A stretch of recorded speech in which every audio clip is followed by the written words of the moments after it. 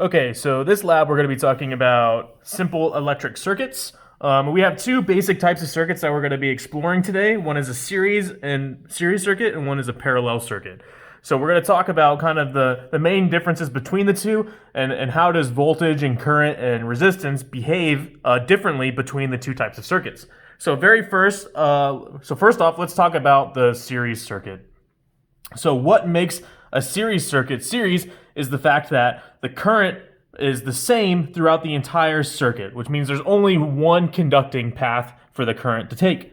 Right? So if we start at our positive terminal where our current is going to start and we follow it all the way around, there's only going to be one continuous path that the current is going to follow, so it never splits. So what we can write down immediately for a series circuit is because there's only one path to follow, that means the total current coming from our voltage source is going to be the same as the current that's going through resistor 1, which is the same as the current going through resistor 2, which is the same as the current going through resistor 3. So we say IT is equal to I1, which is equal to I2, which is equal to I3. So this means the current is the same everywhere within a series circuit. Okay, now let's talk about the voltage. So our battery is going to supply some voltage, VT, the total voltage, right? And then across each of these resistors, this voltage has to be shared, okay? And that's because the current is the same through all of them. And if we look at V is equal to IR, in this case I1R1, right? This voltage is going to be split up. The VT is going to be split up among these resistors based off of the amount of resistance for that particular resistor, right? So that means VT is going to be equal to the total voltage dropped across the first resistor, V1, plus the voltage dropped across the second, plus the voltage dropped across the third. So if we take our voltmeter and we measure the voltage across each of these different resistors individually, they'll all add up to be the total voltage of our battery. All right, so you can immediately see how this might be an issue, because if I have too many resistors within a parallel circuit and not enough voltage to supply enough voltage to each one of those to power them, then putting too many resistors in series is going to decrease the amount of voltage supplied to each one of those, which means I might not have enough voltage to power all of my devices if they're in series. So that is definitely one giant drawback for a series circuit, is with each resistor that I add, I'm decreasing the amount of voltage that I can supply to each of the other resistors in the circuit. Okay, and now let's talk about resistance and how does resistance behave. So if I wanted to write the total resistance, or what we call the equivalent resistance of this circuit, right? If I wanted to replace all of these resistors with a resistor that is equivalent, that would supply the same amount of, that would result in the same amount of current throughout this circuit, how I would do that for a series circuit is just to add them together. So for a series circuit, the total resistance, or the equivalent resistance, is just adding the resistors together. So if I wanted a circuit that would provide the same amount of current with the same amount of voltage as these three resistors, I could just replace these three resistors with one resistor that had the same resistance as the three of them added together. Okay, and that is how resistance is defined. And you can see that with every resistor that I add, my resistance goes up, which means my current is going to go down. So this goes back to what I was talking about with the voltage. For every resistor that you add, you're going to get less and less current because these voltages have to be split up among more and more of the resistors. Okay, so if you add too many resistors in series, then you're likely not going to have enough power to supply to be able to turn them all on. Okay, which brings us now to parallel resistors. So you can see, or if the thing that defines series is that there's only one path for the current to follow, then the thing that's going to define parallel is that there are multiple paths. So as our current comes from our positive terminal here, right, you can see at these nodes, there are various nodes where the current is going to split. So at this point here, some of the current is going to go up, and then some of the current is going to go across R1. So we'll label this as I1. And then again, at the second node right here, some of our current is again going to split. Some of it going here across R2, that we'll call I2, and then some of it continuing up along across R3, and we'll call that I3. All right, and then as we come back around the other side, this current is going to come along this loop, and it's going to recombine at this node, and then finally it's going to, whatever initially split going across R1 is going to recombine here as this continues down. So it gets split at these two and then recombines at these two before, and what we get out at the other end is whatever we put out initially. So again, after it recombines, we have the same amount of current coming out the other side of our circuit. All right, but as it's going through the circuit, it gets split up among these different paths, and it gets split up according to how much resistance we have in each path. So for current, for this particular resistor, or for this circuit, the total current is going to be the sum of the currents across each resistor. All right. So if we take the number of charges that go across I1 plus the number of charges that go across I2 plus the number of charges per second that go across R3, and we add them together, we'll get the total current that was coming out initially. All right. This is just conservation of charge. We can't have more current coming out than we put in, and so it has to get split up. Whatever we have coming out has to get split up among our three resistors. Okay, now for the voltage, VT, you can see that either end of all of these resistors are directly connected to either end of the battery. So all of these resistors are going to have the same potential difference across all of them because either end of the resistor is directly hooked up to either end of our battery. So that means that the voltage for a parallel circuit is the same across every resistor. So you can immediately see the benefit here for a parallel circuit, right? It doesn't matter how many branches I have because they're all going to be supplied the same voltage. So I can add as many, theoretically, as many as I want, and I'm going to be able to supply enough voltage to power all of those resistors. We'll see here in a second why you might not want to add too many, but yeah, theoretically, it doesn't matter how many you add, they're all being supplied the same voltage. Okay, and then the resistance now we can write as being the following. So it looks a little messy, and we'll explore this equation a little bit more in a second. But this is how we add resistors in parallel. So if I wanted to replace all of these resistors in parallel with one resistor that would supply the same total current, this is how I would add them together. Okay, so this is the total or the equivalent resistance for a parallel circuit. Okay, one other benefit of a parallel circuit is if I break the circuit at one of these branches, so let's say at this point I just cut this wire, right? That means current can no longer flow through that branch because it's not connected anymore, but it can still flow through these other two branches. So if I turn this device off, right, it doesn't affect the other two branches. So if I have multiple things plugged into one outlet, if I switch one of them off, it's not going to turn the rest of the devices which are hooked up to my battery, or in your case, your home outlet, at the same time. Whereas if it's wired in series, if I break the circuit, let's say at this point, it cuts off the current to all of the devices, right? Because if I break it off at one point here, then current can't run through any of my devices. So in a typical home, or in every home, your devices are going to be wired in parallel. All of your devices will always be wired in parallel. This is analogous to also around Christmas time. You'll see some of your Christmas lights are wired in series, where if one of the light bulbs goes out, the entire strand goes out, which makes you either have to try to track down which of the light bulbs it is, or just buy a new strand, which is what they want you to do, right? But some of them are wired in parallel. So if one of the light bulbs goes out, then the entire strand doesn't completely quit on you, and then you can only have to replace that one light bulb, right? So this is kind of, you can see it, both of these circuits in your home Christmas lights. Okay, so let's look a little bit more in depth now at this resistance equation and see what happens to the total resistance whenever I add an additional resistor.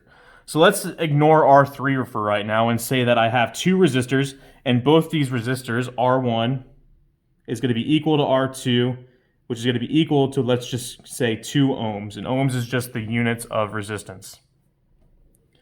If we then use this equation for the total resistance, right, for a circuit that has 2 resistors that are both 2 ohms, then it's going to be 1 over R1, which is 2, plus 1 over R2, which is also 2. 1/2 plus 1/2 is 1, and then 1 over 1 would be 1. So the total resistance of 2 ohm resistors in parallel is going to be 1 ohm. Now let's add in a third resistor. So let's say we have, like our picture here, 3 resistors in parallel, and all of these resistors are equal to each other, and again, they're all equal to 2 ohms. So for a series circuit, it's easy enough to see that, okay, if I add a resistor, then the total resistance goes up. But let's see what happens now that I added a third one, what happens to my total resistance for a parallel circuit.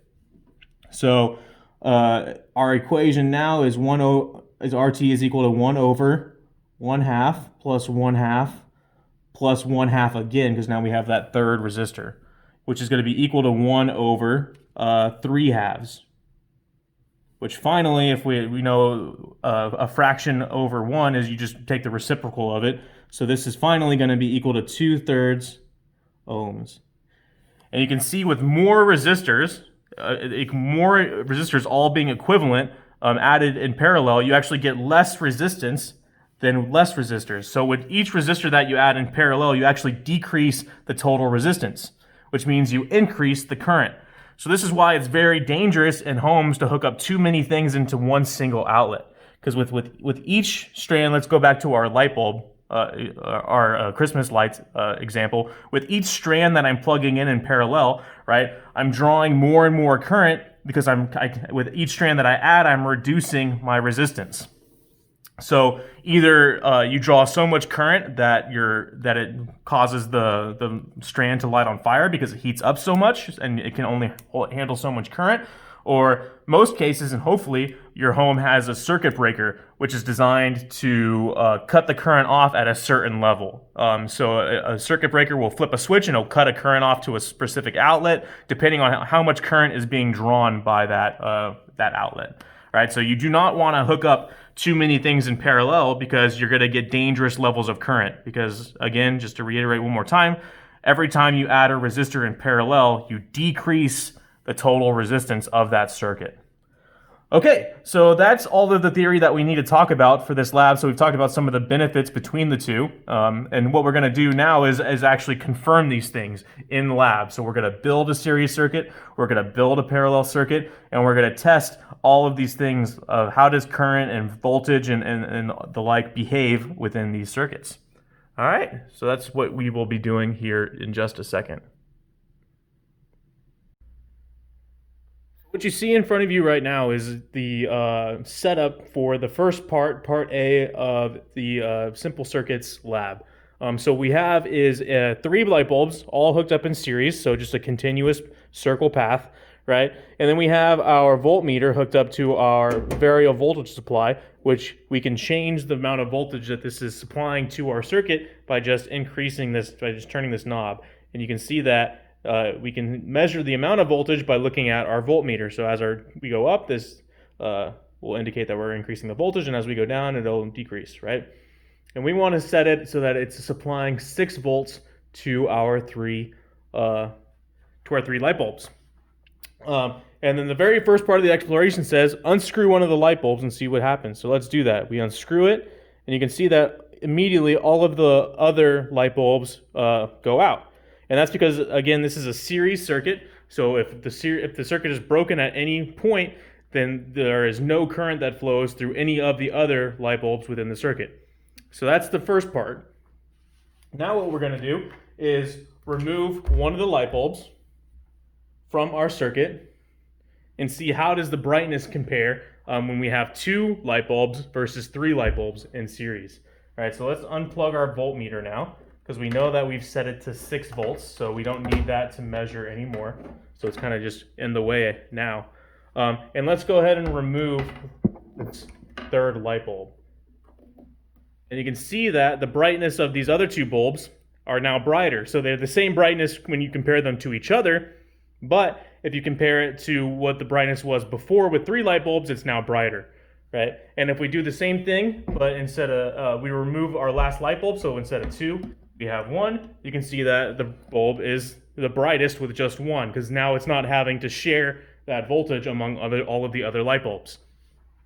So that should allow you to answer the series circuit brightness dependence on number of light bulbs part. Now we're going to go to number 3, which asks us to measure the current with a different number of bulbs within our circuit. And to measure the current, we're just going to use our ammeter like we did last week to measure the current. So we just have to hook up this ammeter in series with this light bulb. So we just treat it like it's another light bulb and hook it up in series. And if we do this, I got my leads backwards, we can then measure the current being supplied to this single bulb.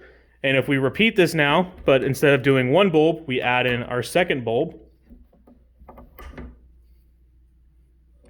we should see that the current changes. Yeah, the current goes down, right? So there's less current with 2 bulbs versus the 1. And we could do this again with the third one, but we won't waste our time, right? Because all of this has already been done for you. So you can just use the numbers that we've provided to you to then calculate the total resistance. But what you should see is the total resistance should be higher when we have more bulbs. And this is, you can visualize this by looking at the brightness of the bulbs.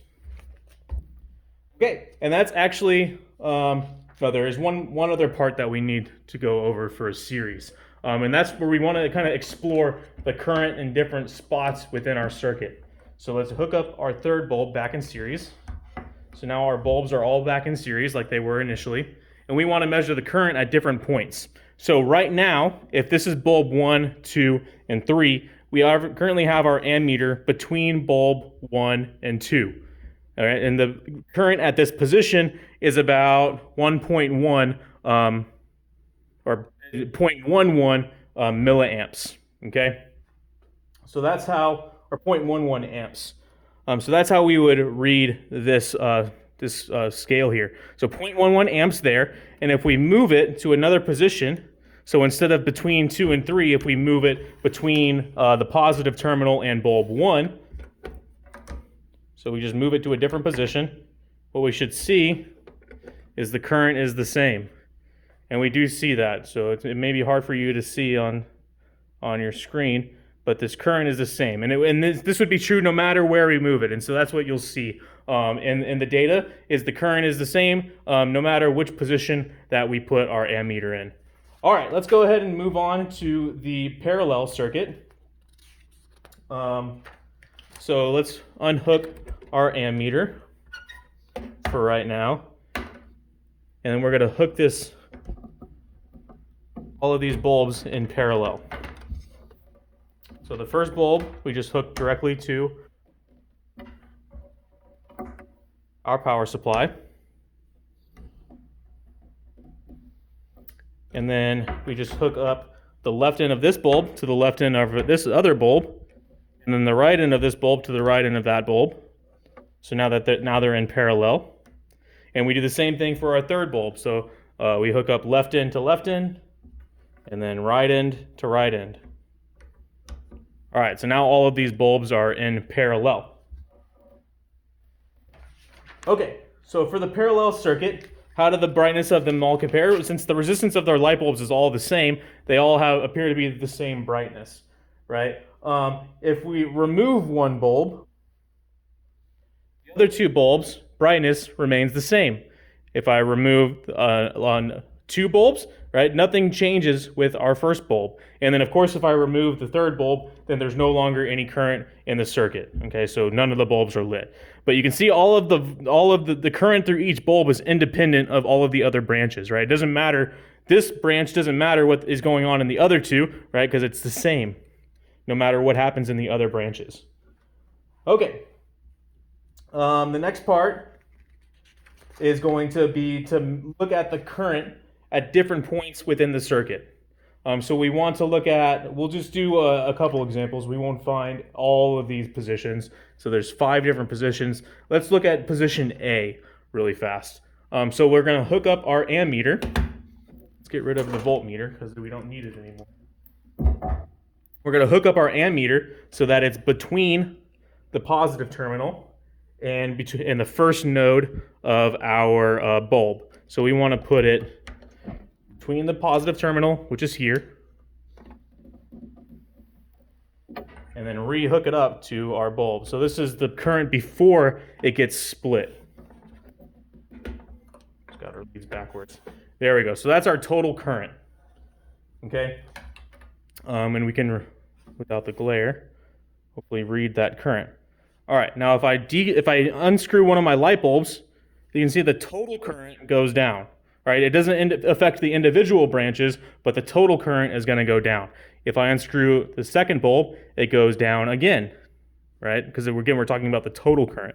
And if I unscrew the final one, you can see it goes to 0. So the total current that we're measuring is going to be this bulb, the current through this bulb, plus the current through that bulb, plus the current through that bulb. All right, and that's what we see. All right, so that's for position A. Now let's do position B will be the same. It's just on the other side of the battery, so we don't have to worry about that one. Let's look at position 1. So we want to put our ammeter. We want to put our ammeter in series with this light bulb. All right, so I'm just going to do that real fast. You don't have to worry too much about exactly how I'm hooking these things up. Just realize that this ammeter is now in series with just this light bulb. And we can read the current from here and record that value. So now since I'm reading just the current through bulb A, if I decrease or if I unscrew these other two bulbs, we can see that nothing happens to the current through this light bulb. Now, of course, if I unscrew this light bulb, our current goes down to 0, okay? Because this is measuring just the current going through this branch. So if I rescrew it in there, and then if I rescrew these in, you can see it still doesn't change that because again, for parallel circuits, each branch is independent of what's going on through the other branches. The total current is going to change, but the individual branches will not. All right, I think that about covers everything that we need to cover in this lab. So that we should have confirmed all of the things that we talked about in the theory. Yeah, take that and go ahead and answer all of the necessary questions in your lab manual, and we will see you next time.